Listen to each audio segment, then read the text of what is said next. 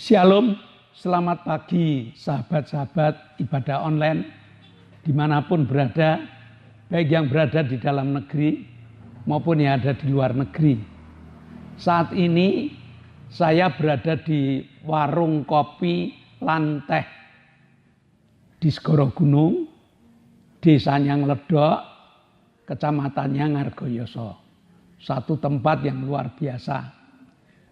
Keadaannya sejuk, lalu juga pemandangannya sangat bagus.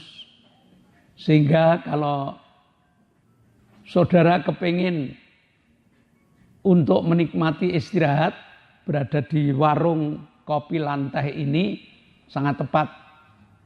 Makanannya juga enak, lalu semuanya disajikan dengan cara yang luar biasa.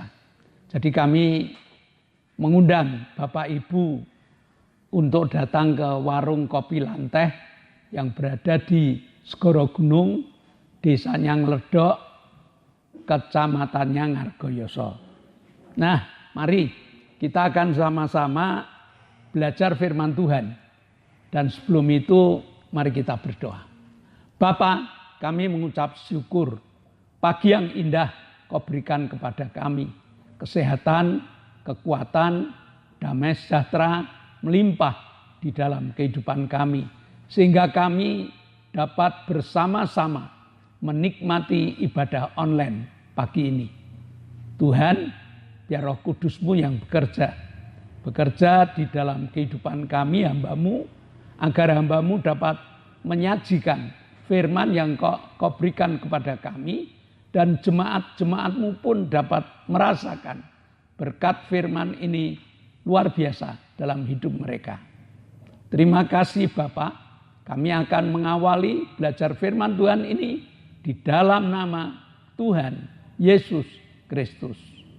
Yang percaya katakan amin. Sekali lagi, shalom Bapak Ibu, mari kita satukan hati. Mari kita satukan pikiran, kita buka hati kita agar firman Tuhan pagi hari ini dapat menjadi pelajaran yang indah dalam hidup kita. Satu tema, menanggapi hidup dengan kebodohan. Apa maksudnya? Nah, mari kita pelajari dari pengalaman Kleopas. Kleopas adalah murid Yesus yang menjadi saksi hidup dari kesengsaraan Yesus sampai dengan penyaliban, dan dia hidup di dalam ketakutan. Suatu saat dia bersama dengan temannya kepingin pulang ke Emmaus. Nah, di dalam pelajaran ini kita petik banyak pengalaman-pengalaman Kleopas yang juga terjadi dalam kehidupan berjemaat. Kita buka Lukas 24 ayat 13 dan ayat 14. Lukas 24 ayat 13 dan ayat 14. Pada hari itu juga 2 orang dari murid Yesus pergi ke sebuah kampung bernama Emmaus yang terletak kira-kira 7 mil jauhnya dari Yerusalem. Dan mereka bercakap-cakap tentang segala sesuatu yang telah terjadi. Nah, di sini dikatakan bahwa mereka pergi ke Emmaus. Jarak Emmaus dengan Yerusalem 7 mil.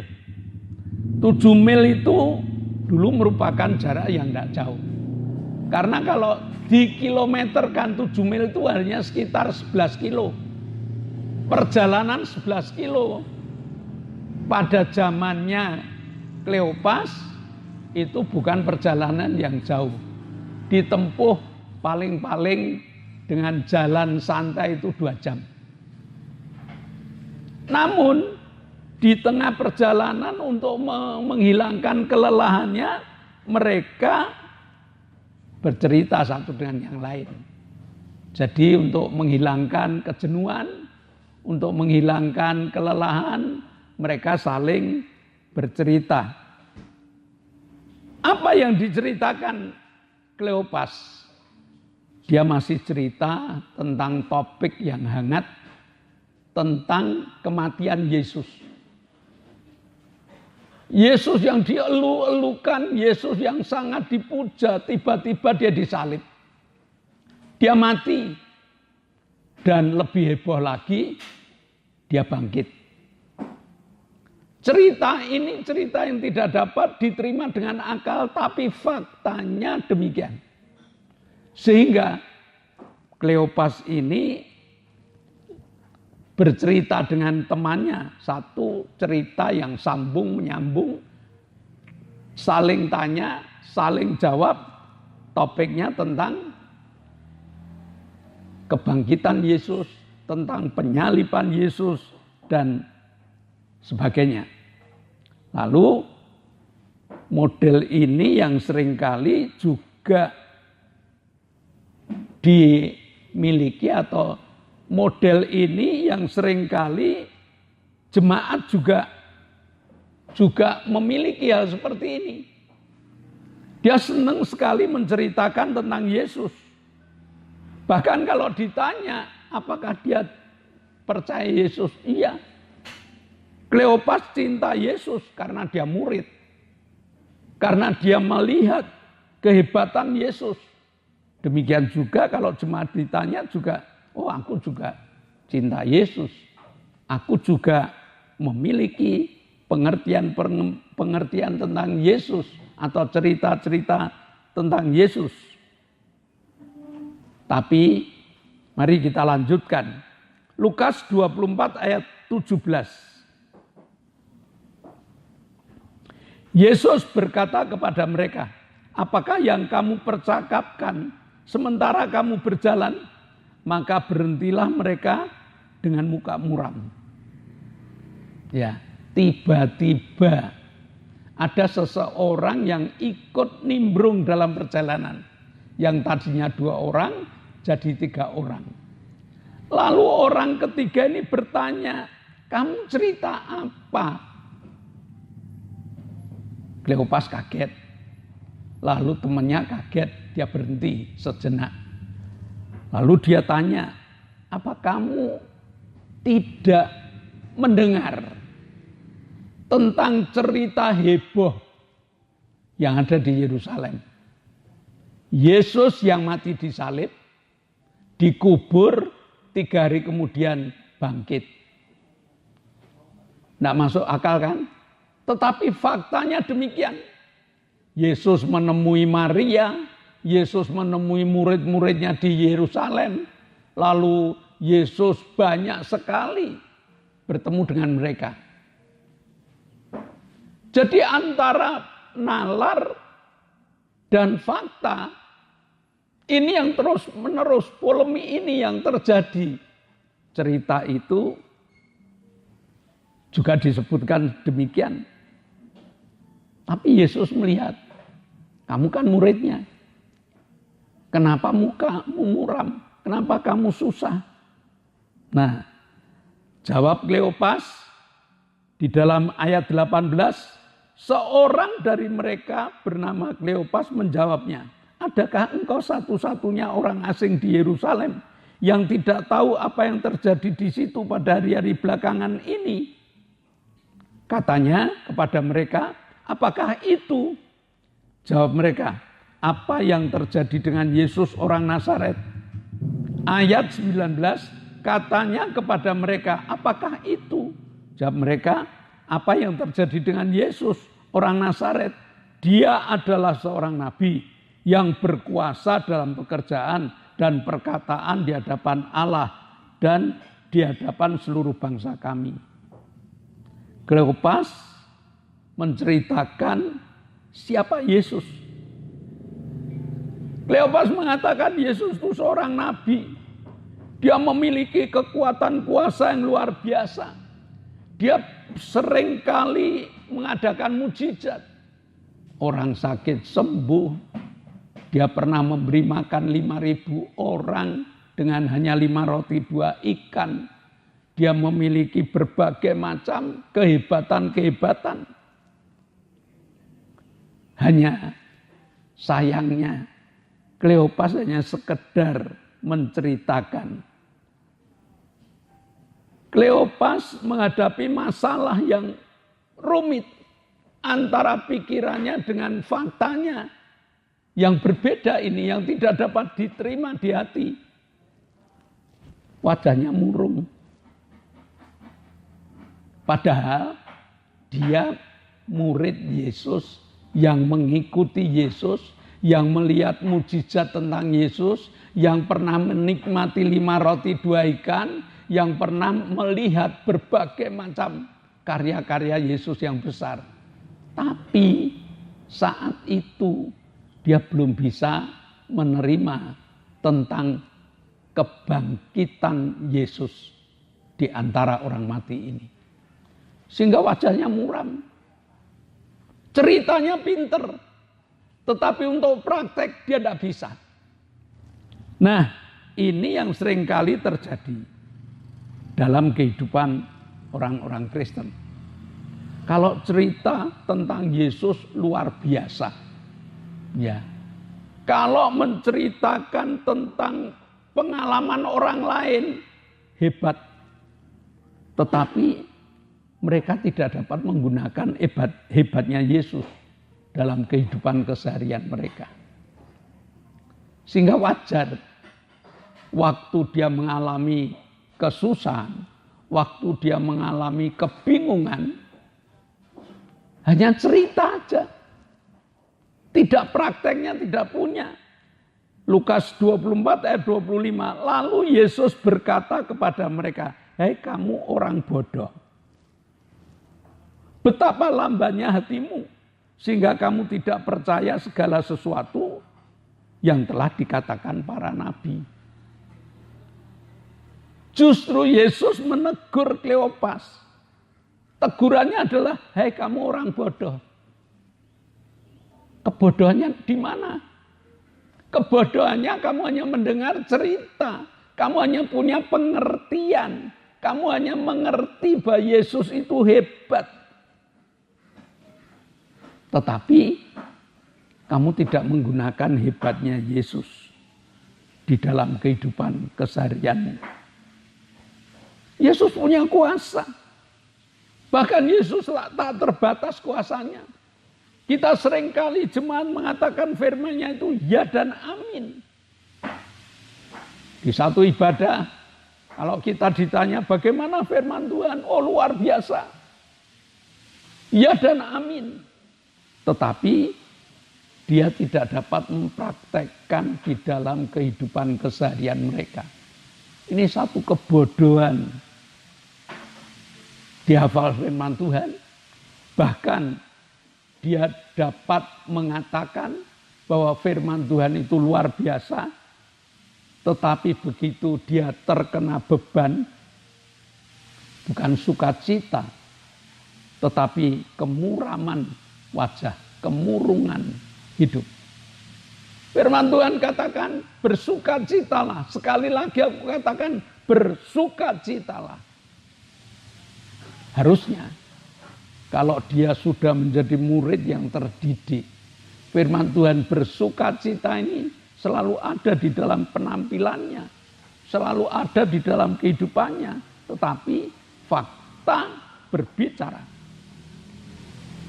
Banyak anak Tuhan yang mengalami kemurungan,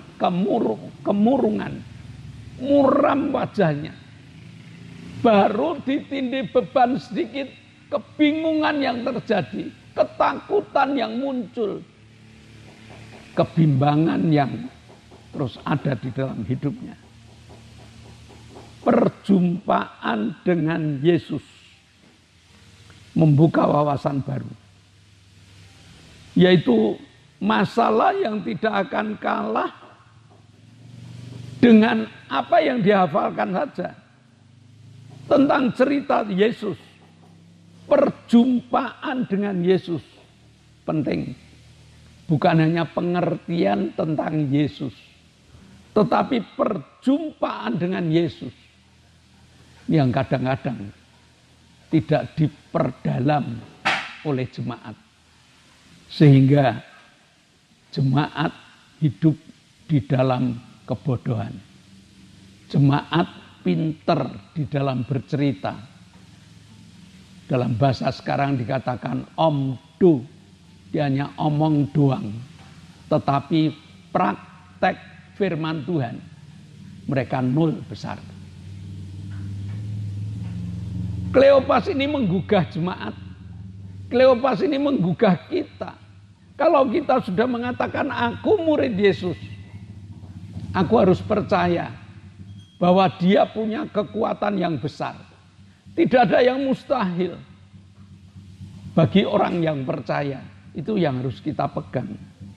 Jadi tidak hidup di dalam kebodohan, tetapi hidup di dalam kepandaian, di dalam menggunakan firman Tuhan. Buang kebodohan. Buang kelambanan hati. Hati yang lambat untuk menanggapi firman Tuhan. Tapi gunakan kekuatan firman Tuhan untuk untuk mengalahkan permasalahan hidup. Jangan hadapi masalah dengan merasa sudah mengerti tentang kekristenan. Jangan menghadapi masalah hanya dengan kata-kata, aku sudah menjadi orang Kristen. Aku sudah bisa bercerita tentang Yesus. Aku sudah melihat karya-karya Yesus untuk teman-temanku. Saat ini sudah masanya. Gunakan kepandaianmu. Belajar Kristen adalah belajar percaya. Percaya apa? Percaya tentang Yesus yang mampu mengalahkan segala macam ketakutan dan kekhawatiran kita. Belajar percaya tentang firman Tuhan.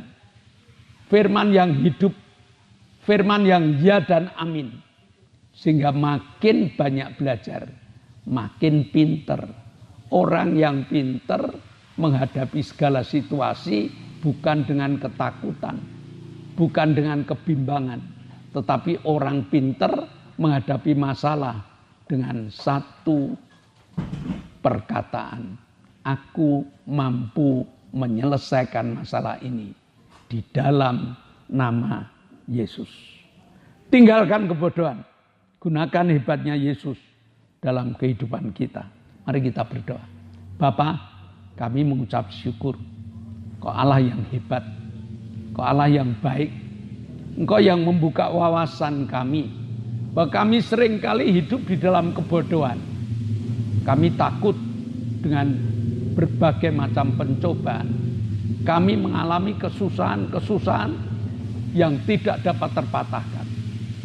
Tetapi hari ini perjumpaan dengan Yesus membuka wawasan baru. Kami adalah di pihak yang menang karena kami memiliki Engkau. Terima kasih Bapa. Dalam nama Yesus kami telah berdoa dan mengucap syukur. Yang percaya katakan amin. Nah, shalom Bapak Ibu, sebelum kita berpisah satu dengan yang lain, ada beberapa pengumuman. Yang pertama, GBIS Haleluya Palur itu sudah mengadakan ibadah tatap muka atau ibadah onsite. Dengan jadwal Minggu jam 7 pagi untuk anak-anak sekolah minggu. Minggu jam 9 itu untuk ibadah umum atau ibadah raya. Lalu setiap hari Selasa ada ibadah pendalaman Alkitab jam 6 sore. Ibadah permata dan ibadah cabang akan diadakan setiap hari Jumat. Ibadah permata full joy blessing itu jam 6. Ibadah joyful blessing itu jam 6 sore, sedangkan ibadah cabang jam 6:30 sore. Lalu hari Sabtu itu ada ibadah kaum muda dengan nama Revive Generation. Kaum muda memiliki ibadah dengan cara mudanya, dengan pembahasan mudanya, dengan organisasi mudanya. Jadi kalau Bapak Ibu punya anak muda, dorong supaya mereka datang ke ibadah kaum muda. Lalu doakan agar ibadah online tetap jalan. Dengan cara kita buka, kita komentari, lalu kita juga like, agar ibadah online ini dapat menjadi sarana bagi kita bersama untuk mendalami firman Tuhan. Doakan agar kru tetap sehat, tetap semangat. Doakan agar alat-alat awet tetap dapat dipakai. Nah, mari kita akhiri. Sebelum kita akhiri, mari kita tunduk kepala, kita akan berdoa. Bapa, kami mengucap syukur Engkau ada di tengah kami. Kami menyatukan iman kami, walaupun satu dengan yang lain berjauhan, karena kami ibadah online. Tapi kami percaya, iman yang disatukan memiliki kekuatan yang luar biasa. Kami berdoa untuk Ibu Gito yang sakit kakinya dan juga sesek. Kami berdoa untuk Ibu Mintarsih yang pasca operasi usus. Kami berdoa untuk Ibu Arin yang tulang-tulangnya rapuh. Kami berdoa untuk Ibu Mariati yang minta kesehatan yang sempurna. Kami berdoa untuk Bapak Ngadiman yang mengalami ketakutan dalam menghadapi hidup. Kami berdoa untuk Bapak Petrus Sutrisno yang gagal ginjal dan Bapak Ishak yang sudah sepuh. Juga kami berdoa untuk saudara kami Hafid, jamaah Tuhan, agar dia lepas dari kebiasaan-kebiasaan buruknya dan mengenal Engkau lebih dalam lagi. Terima kasih Bapa, sementara kami berdoa tangan-Mu Kau tumpangkan, kami tindak dalam nama Yesus. Jadilah sesuai dengan apa yang Kamu kehendaki. Kami bersyukur Engkau telah menyembuhkan Bapak Paulus Sugito. Kami bersyukur Engkau telah menyembuhkan Ibu Satinem. Engkau telah menyembuhkan Ibu Bambang. Sehingga mereka siap untuk menginjil. Siap untuk menceritakan hebat-Mu yang telah menyembuhkan mereka. Terima kasih Bapak. Kami bersyukur dan kami berdoa. Jemaat yang dikasihi Allah, kedangkanlah tanganmu. Nikmatilah segala berkat yang Allah kirimkan untuk engkau. Karena saat ini Allah telah membuka tingkap-tingkap langitnya dan mencurahkan segala berkatnya. Terimalah berkat untuk rumah tanggamu, berkat untuk usaha pekerjaanmu, berkat untuk rancangan-rancangan hidupmu, berkat jasmani, berkat rohani biar mengalir limpah. Sampai setiap orang yang ketemu engkau mengatakan engkau diberkati. Dan jika kita berpisah satu dengan yang lain, bawalah berkat dari Allah Bapa, cinta kemurahan dari Tuhan Yesus Kristus, serta persekutuan Roh Kudus menyertai engkau mulai hari ini sampai Maranatha, Tuhan Yesus datang yang kedua kali. Yang percaya katakan amin. Shalom. Tuhan memberkati.